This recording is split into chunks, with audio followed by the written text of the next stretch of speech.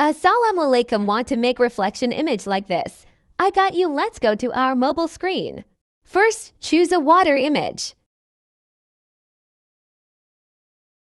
Drag it to fill the whole mockup. Go to Elements and choose the image you want to make reflection of. I'm choosing Swan. Then copy the image and flip it vertically. Decrease the transparency to 80%.